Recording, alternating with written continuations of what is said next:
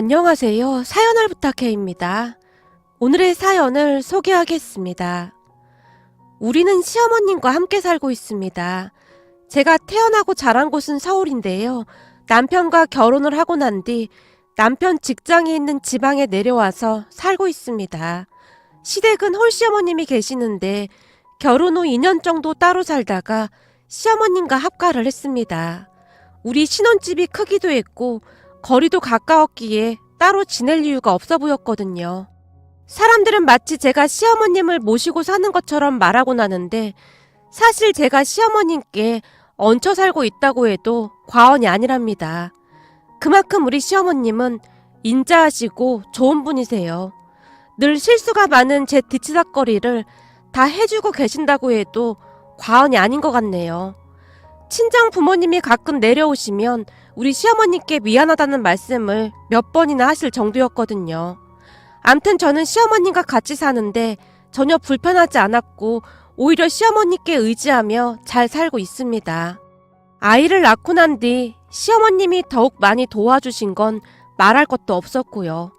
하지만 최근에 시어머님 건강에 이상이 있는 것 같아서 병원에 갔었는데 의사가 혹시 모르니 큰 병원으로 가보라고 했어요. 큰 문제는 없어 보이는데 되도록이면 확실한 게 좋지 않을까 싶어서요.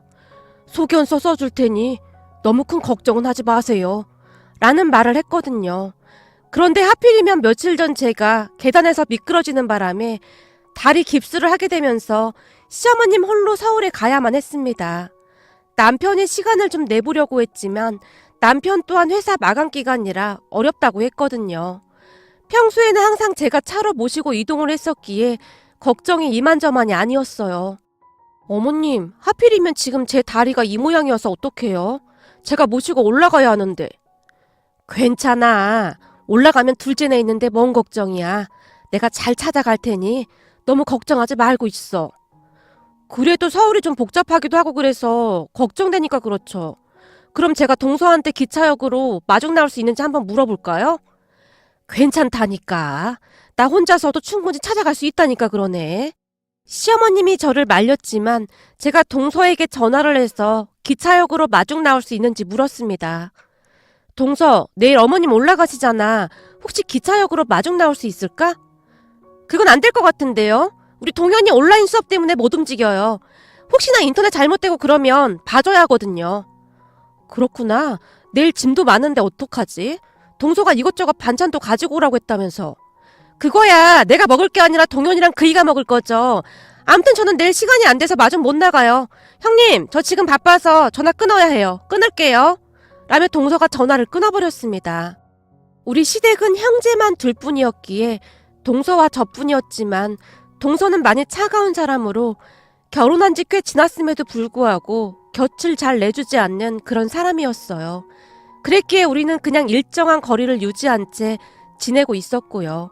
기껏해야 1년에 한두 번 내려오는 게 다였기에 얼굴 볼 일도 많지 않았으니까요. 그리고 동서는 역시나 제 부탁을 단박에 거절했습니다. 제가 씁쓸한 표정으로 휴대폰을 내려다보고 있었는데요.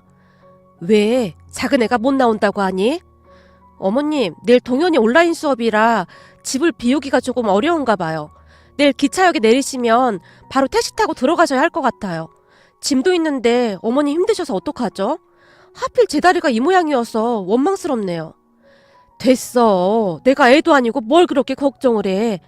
네가 돈도 많이 넣어줬는데 택시 타고 갈 테니까 그만 걱정해라. 어머님, 내리시면 진짜 택시 타셔야 해요. 돈 아깝다고 그냥 전철 타고 가지 마시고요. 전철 갈아타는 게 보통 힘든 일이 아니란 말이에요. 알았어. 우리 집은 어떻게 된 게 시애미보다 며느리가 잔소리를 더 많이 하는 것 같구나. 걱정 말고 있어. 내가 다 알아서 할 테니까. 시어머님이 방 안으로 들어가 버리셨어요. 그렇게 다음날 시어머님이 택시를 타고 가는 모습을 집안에서 지켜보다가는 도저히 안 되겠다는 생각이 들어 제 여동생에게 전화를 했습니다. 너 이따 오후에 시간 좀 낼 수 있어? 오후에? 시간이 있긴 한데 왜 그러는데?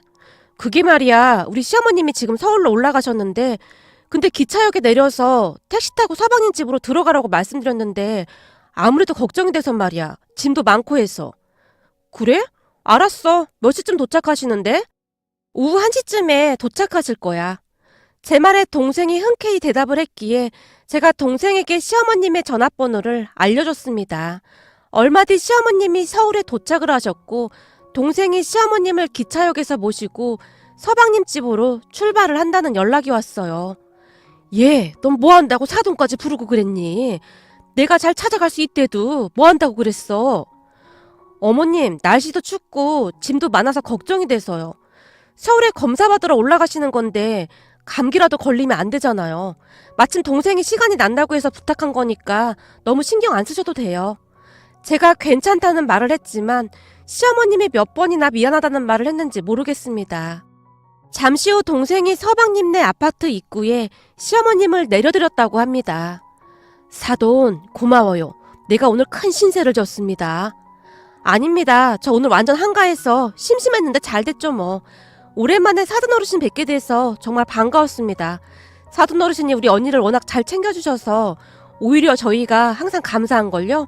며칠 전에도 언니가 넘어지는 바람에 사돈 어르신이 살림 다 하고 계신다고 언니가 죄송하다고 하더라고요.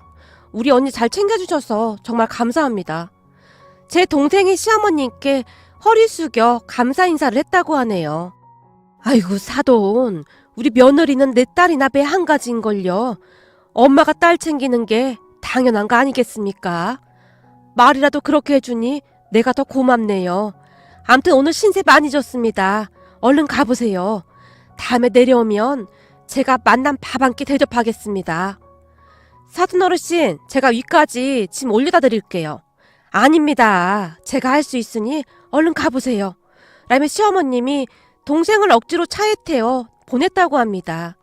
동생 또한 바로 아파트 앞이었기에 별 걱정하지 않고 집으로 갔다고 하는데요. 잠시 후 엘리베이터를 타고 서방님 집으로 올라간 시어머님이 짐을 내려놓고는 초인종을 눌렀다고 합니다. 누구세요? 예, 나다. 문 좀 열어다오. 어머님? 원래 5시 넘어서 오시기로 한 거 아니었어요?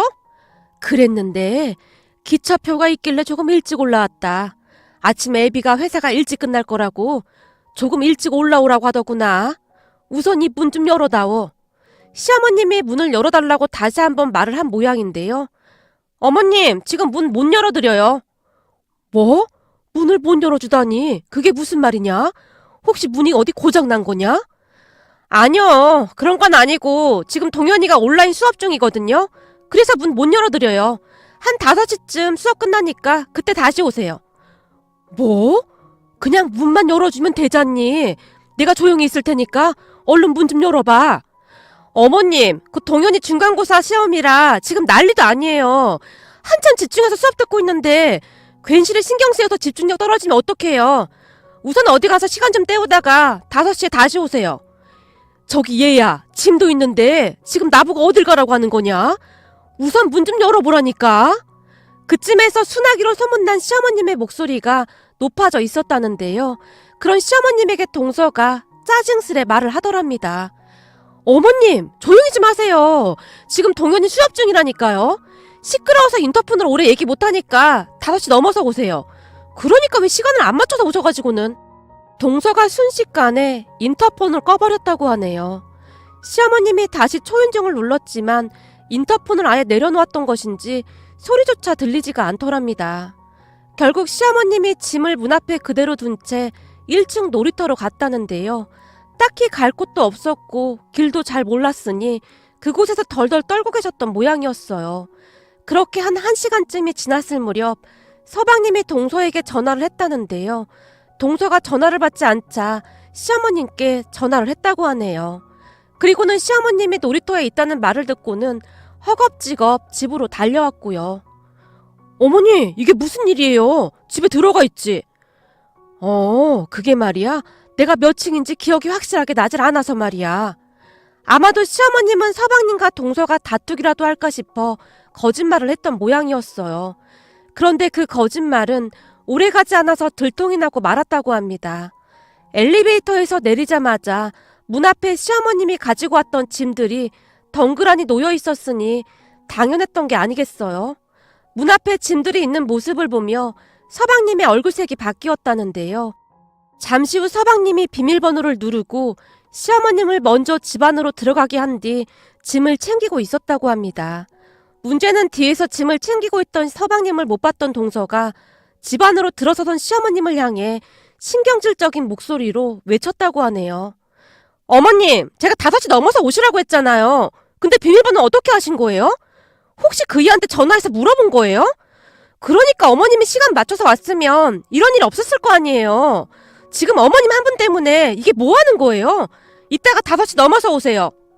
놀란 시어머님이 쭈뼛거리고 있던 사이 서방님이 현관문을 벌컥 열고 집 안으로 들어섰다는데요. 당신 지금 이게 무슨 말이야? 그러니까 당신은 어머니가 오신 거 알고도 문을 안 열어줬다 그 말인 거네? 이 추운 겨울에 짐까지 들고 기차 타고 올라오신 우리 어머니를 다시 내쫓았다 그 말이야? 동현이 온라인 수업 아직 안 끝났단 말이야. 당신 목소리 좀 낮춰. 나도 그러고 싶어서 그런 게 아니잖아. 애 수업 방해되니까 그런 거지. 뭐? 그러니까 애 온라인 수업 때문에 우리 어머니를 내쫓았다 그 말이야? 그것도 이 추운 겨울에? 서방님이 잔뜩 흥분한 채 동서에게 소리치고 있었다는데요. 난 괜찮다. 그러니까 그만들래. 니들이 이러면 내가 불편해서 어떻게 있겠니? 자꾸 이러면 난 그냥 갈 테니 그런 줄 알거라. 시어머님이 두 사람을 향해 외치는 바람에 서방님이 소파에 털썩 주저앉았고 동서가 그런 서방님에게 한마디를 더 했다네요. 내가 뭘 그렇게 잘못했어? 이게 다 우리 동현이 잘 되라고 그러는 거잖아. 근데 이게 그렇게 화낼 일이야? 이게 다 어머님 때문이에요. 그렇게 시간 맞춰서 왔으면 이런 일도 없었을 거 아니에요. 오늘 일찍 끝날 것 같아서 내가 일찍 오시라고 했어. 근데 그게 그렇게 불만이야? 너란 여자 진짜 대단한 여자다. 결국 이게 다 내 잘못이다 그 말인 거네. 나 기분 나빠서 더 이상 못 있겠어. 그리고 어차피 어머님도 계시니까 난 오늘 친정으로 가서 잘게. 그 모습에 시어머님은 더욱 안절부절 못한 채 어쩔 줄을 몰라 했다는데요. 서방님이 동서에게 소리쳤답니다. 당신 그렇게 나가면 다시 들어올 생각도 하지 마. 나도 당신처럼 독한 여자랑은 도저히 못 살겠다. 가서 장인 장모님께 있는 사실대로 그대로 다 말해. 아주 잘했다고 하실 거니까. 예, 네가 그렇게 가버리면 내 입장이 어떻겠니? 내가 다 잘못했다. 시어머님이 동서에게 사과까지 하면서 말린 모양인데요. 동서가 그냥 나가버렸다고 합니다. 애비야, 얼른 가서 데리고 와라. 지금 이게 뭐하는 짓이야? 내버려 둬요. 이번 일 겪으니까 나도 정이 뚝 떨어지네. 라며 서방님도 동서를 말리지 않았고요. 그런데 얼마 후 바깥 사돈어르신이 서방님에게 전화를 했던 모양인데요. 네, 장인어른. 지금 우리 딸이 와서 울고불고 난리도 아닌데 대체 왜 그런 건가? 자네도 알다시피 양쪽 말을 다 들어봐야 할 것 같아서 말이네. 저기 그게 말이죠. 장인어른, 제가 웬만하면 이런 말씀 안 드리는데요. 오늘 집사람이 해도 너무했습니다. 라며 서방님이 동서의 만행을 바깥 사돈어르신께 그대로 말한 모양이었어요. 한동안 듣고만 있던 바깥 사돈어르신이 조용히 한마디를 하셨다는데요. 무슨 일이 있었는지 알겠구만. 알겠네. 근데 자네 말일세. 내 말 잘 듣게나. 라며 바깥 사돈어르신이 서방님에게 뭔가를 단단히 일렀다고 하네요. 그리고 얼마 뒤 기가 막힌 일이 일어났다고 합니다. 그러니까 서방님의 말을 들었던 사돈어르신들이 울고 있던 동서를 그대로 밖으로 내쫓아버렸다는데요. 나중에 알고 보니 사돈어르신들도 큰 충격을 받은 모양인지 서방님에게 절대 문을 열어주지 말라고 했다고 하네요. 결국 동서는 친정에서도 쫓겨나서 다시 집으로 돌아갔다고 하는데요. 문제는 서방님도 문을 열어주지 않았답니다. 여보, 문 좀 열어줘봐. 아니면 나 지갑이라도 좀 주던지. 나 지금 갈 곳도 없단 말이야. 됐고, 약속 노래를 부르는데 당신도 약속 지켜. 오늘 친정에서 자기로 했으니까 시끄럽게 하지 말고 당장 친정에 가서 자. 나 지금 친정에서도 쫓겨났단 말이야. 제발 문 좀 열어줘. 지금 추워서 이까지 딱딱 부딪힐 지경이란 말이야. 아니면 장롱에 있는 점퍼라도 주던지. 나한테 그러지 말고 얼른 돌아가. 장인어른이 문 열어주면 나도 가만 안 둔다고 하셨거든. 친구네 집에 가던지. 아무튼 동네 창피하니까 시끄럽게 하지 말고 얼른 가라. 당신이 소란 피워서 우리 동현이가 숙제를 못하겠다고 하잖아. 여보, 내가 잘못했어. 제발 문 좀 열어줘. 어머님, 저 문 좀 열어주세요. 동서가 밖에서 계속해서 불러댔지만 서방님이 절대 문을 열어주지 않았다는데요.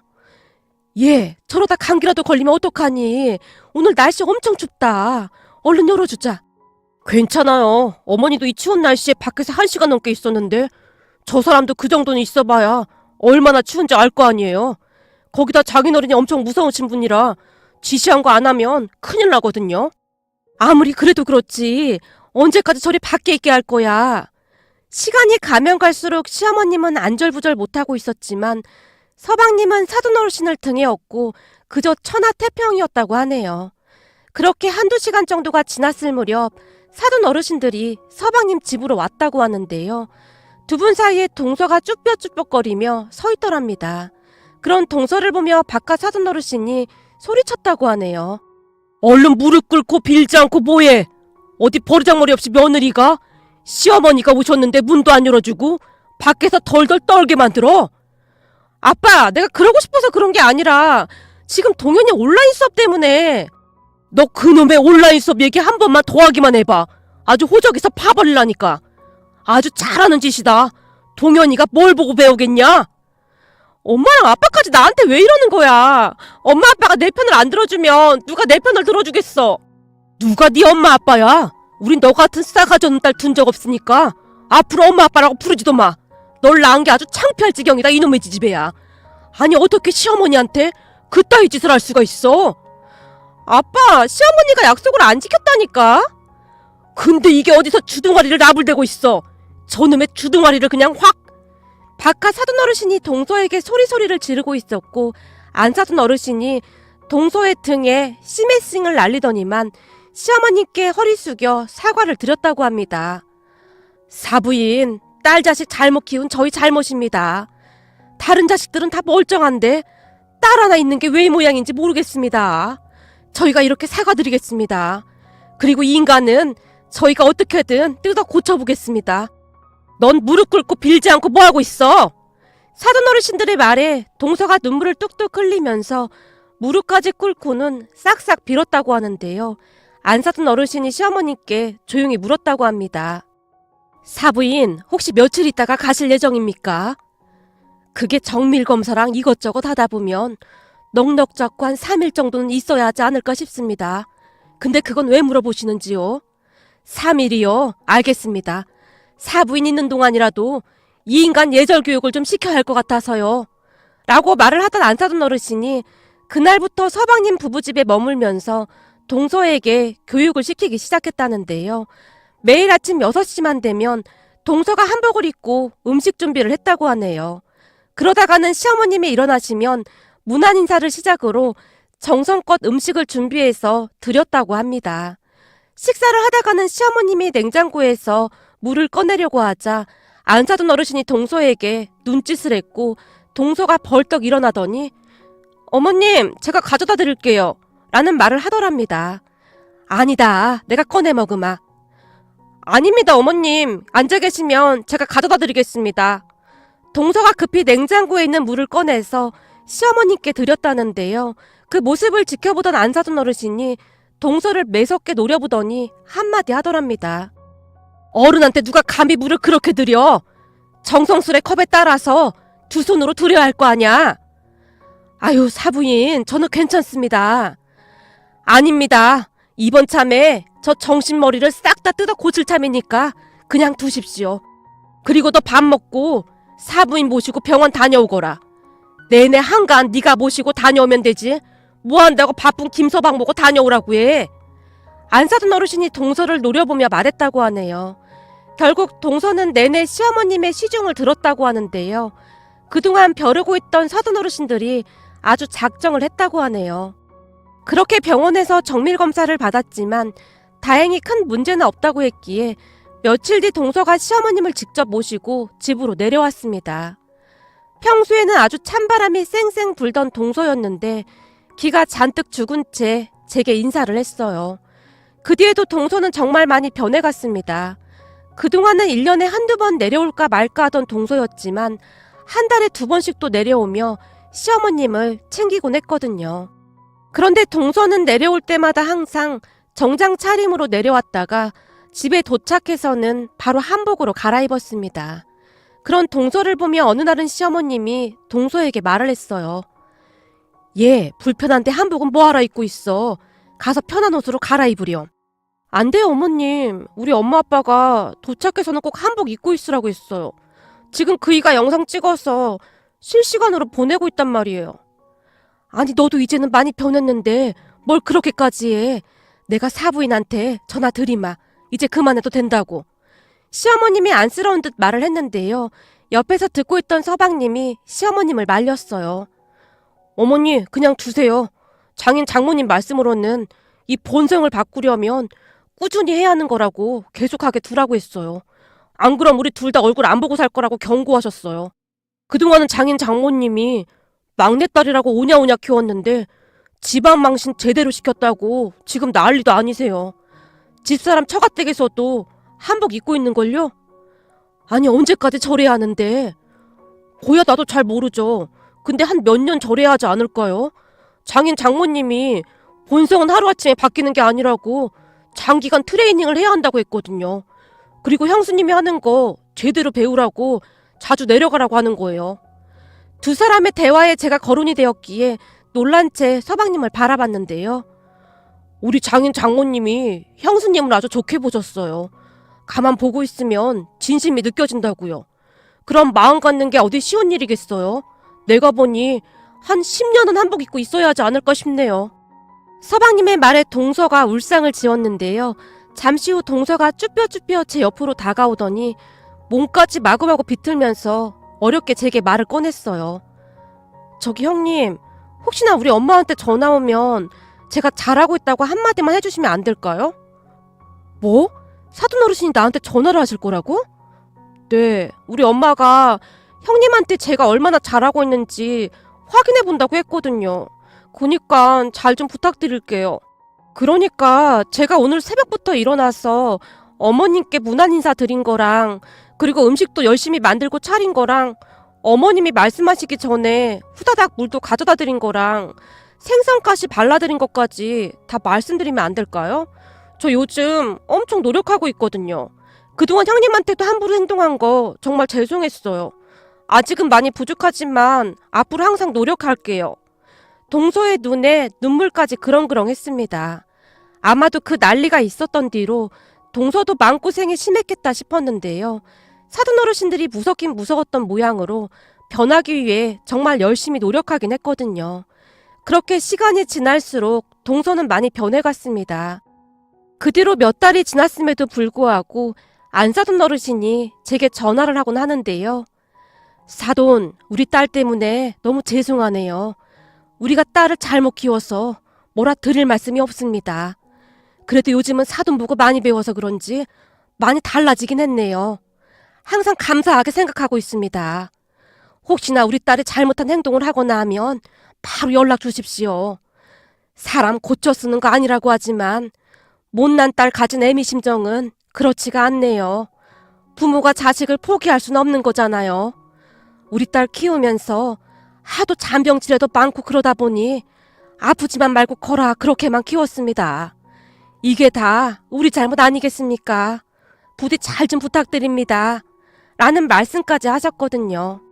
안사돈 어르신의 목소리에서 간절함마저 느껴졌기에 제 가슴도 먹먹할 정도였습니다. 그리고 그런 노력 덕분이었던지 동서는 마치 다른 사람처럼 변해가고 있습니다. 앞으로도 우리 가족 서로서로 보듬으며 잘 살아갈 생각입니다. 오늘의 사연은 여기까지였습니다.